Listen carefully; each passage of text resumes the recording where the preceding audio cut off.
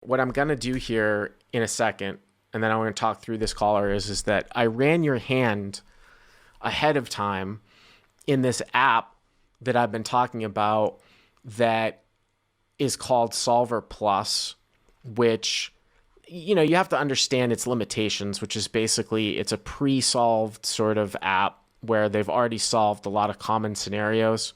Obviously, it's not going to be as good as Pio, but it's for like quick stuff. And I'm going to take people through it.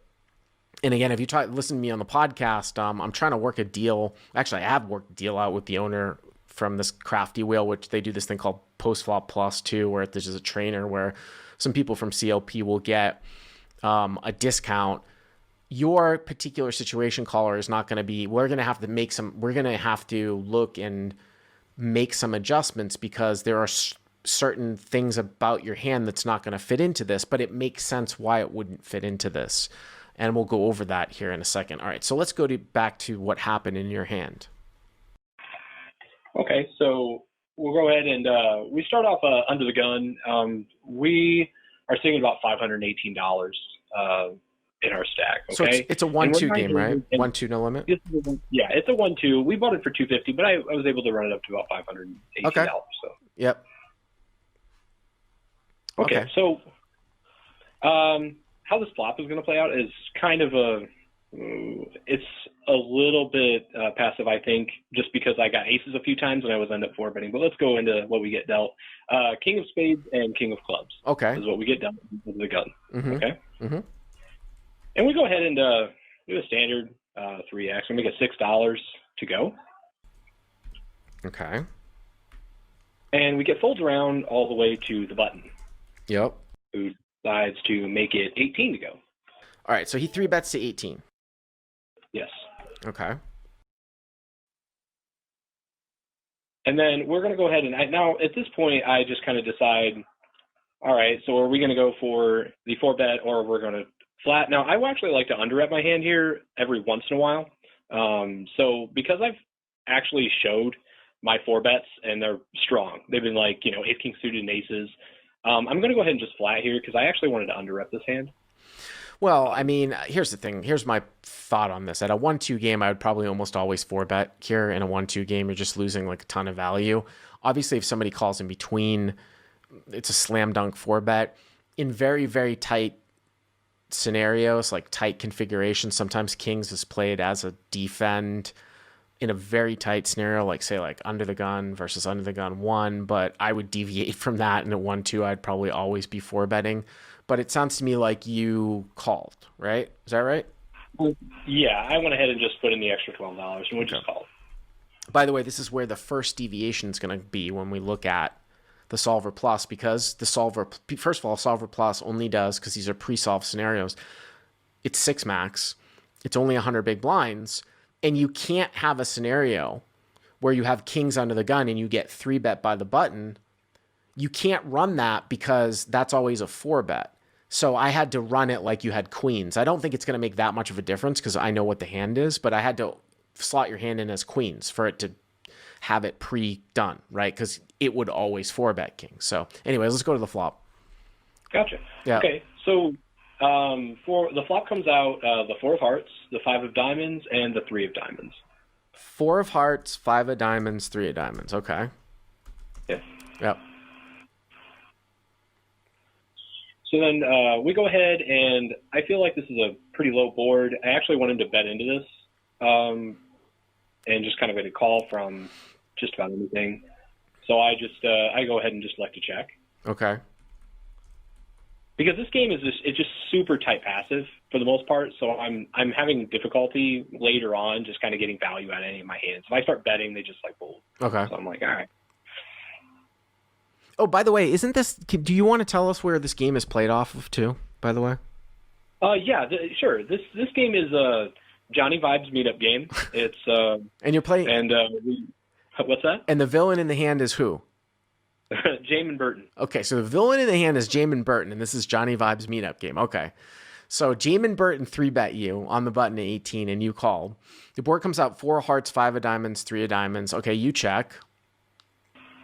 Yep. Okay. And then Jaman decides to take the lead here as $26 as a bet. Okay, so button bets 26 into a pot of what, like around 38. And again, this is another place where you'll have to shortcut some of these pre-solved things because there's only two sizings and they're usually only going to give you a 1/4 size and a 2/3 size, not really like a half size like Jaman does. But okay, so Hero checks button bets 26 and Hero calls? Yeah, I just go ahead and let the call. Okay, so now the pot is 52.90, right? Yes. Okay, turn? The turn comes to 6 of hearts.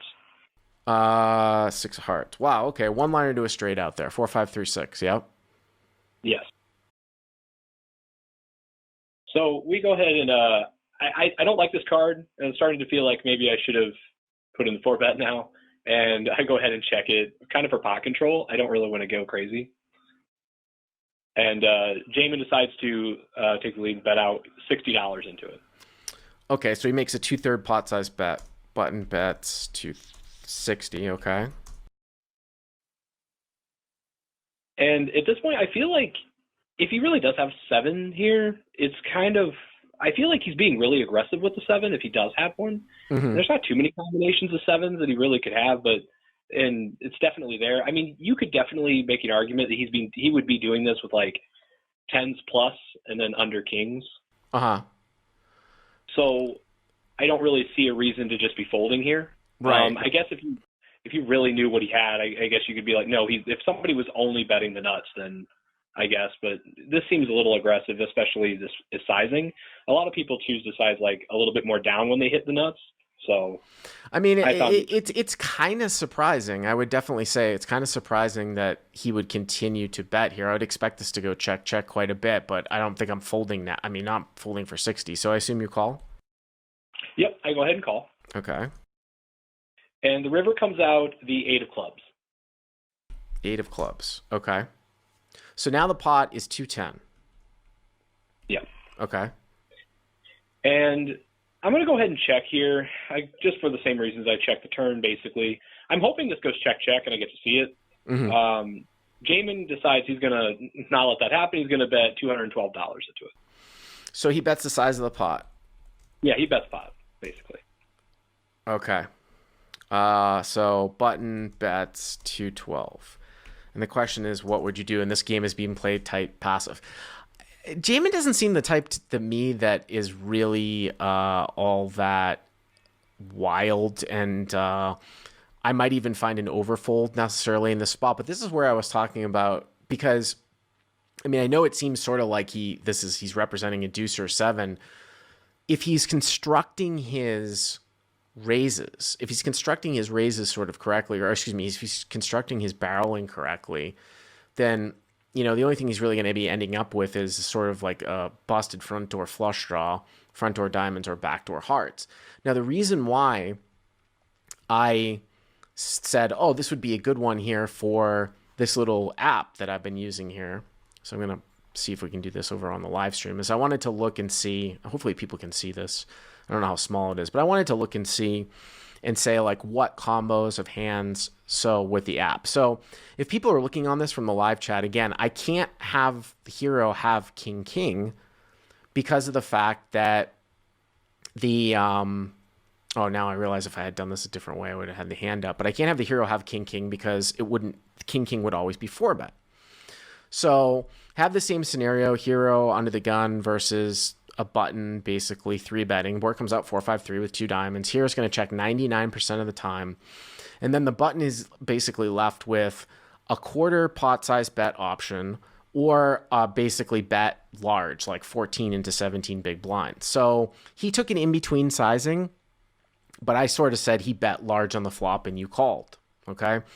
The turn, obviously, was a 6 of hearts. And what was interesting here about the solver is that it has you leading the turn with 89% of the hands that you continue on with, which I find really interesting. And what must account for that is the fact that it's so good for your sort of hand range. I didn't click into what specific hands were supposed to be led, I don't think, on this video. But again, I've got the turn here as a 6. You check, and then the only option that I have is for him to bet this sort of in-between sizing, or 11 into 17. Again, this is only accounts for it being 100 big blinds, right? So you call, and now the river is an 8, right? And it's the 8 of clubs, and you check 100%, and he moves all in, and you are basically supposed to call with 99% of hands. 99.5% of hands you're supposed to call his all in on this particular run out on this board of 4, 5, 3, 6, 8. What I found interesting, though, was that when I drilled in, and this is when you get the subscription to this app, you can drill in and look at the specific combos of hands, right, that are supposed to be called and folded. If people are looking at the live chat here, you can see that call is green, fold is blue. The specific combination of overpair. Can you figure out, so for example, let's say you've got 1, 2, 3, 4, 5, 6 combos of kings, right? Which combo of kings are you supposed to fold? You've got 5 combos that you're supposed to call. Which one are you supposed to fold? Can you figure that? Can you try to think about which one, if you were to pick a combo, which one would be a fold here at the end? It's 4 of hearts, 5 of diamonds, 3 of diamonds, 6 of hearts. Knowing about how you structure things, how he's supposed to structure things. Yeah, probably king of hearts, king of diamonds. Yes, I would think. Exactly. That's right. So this thing has you folding out queen of hearts, queen of diamonds, and calling with all the other combos of overpairs, right?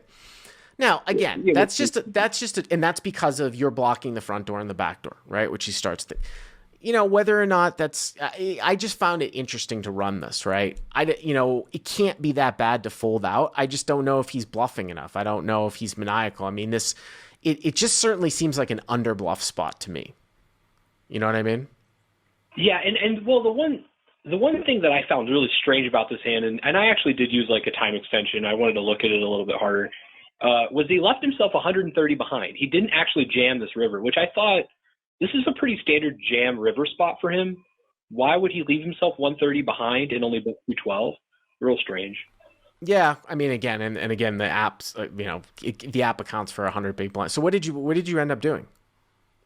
I ended up making the call. Okay, and what happened? What did you reveal? He showed 7, 8 of hearts.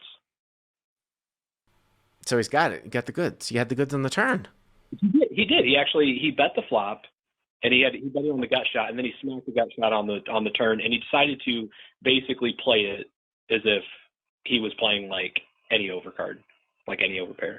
Well, I mean, again, I didn't necessarily click into, at least for this part of the video, because I don't have the app in real time captured, but this is why some of these apps or running through solvers is quite interesting, because it's like, well, if the turn's a 6 and he has it, is he supposed to check that back because he's supposed to check back his entire range to stay balanced? Or is there a betting range for him on the turn? And then you start to think in your head, well, what's his betting range on the turn? Well, it's obviously going to be 7x, right? But then if he wants to stay balanced, it's going to be the front door diamonds and the back door hearts too. So then he's going to be betting diamond draws on the turn, heart draws on the turn, and also 7x, right, on the turn of what he 3-bets off.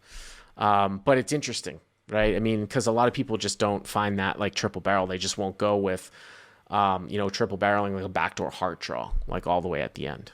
You know what I mean? But I appreciate it. Thank you for the call. Yeah. If you like what you've seen here, please hit the subscribe button. And if you enjoyed this call-in hand, hit the like button down below. To check out crushlivepoker.com, click on the link in the description. Use the code YTA300 to get the first 30 days for free.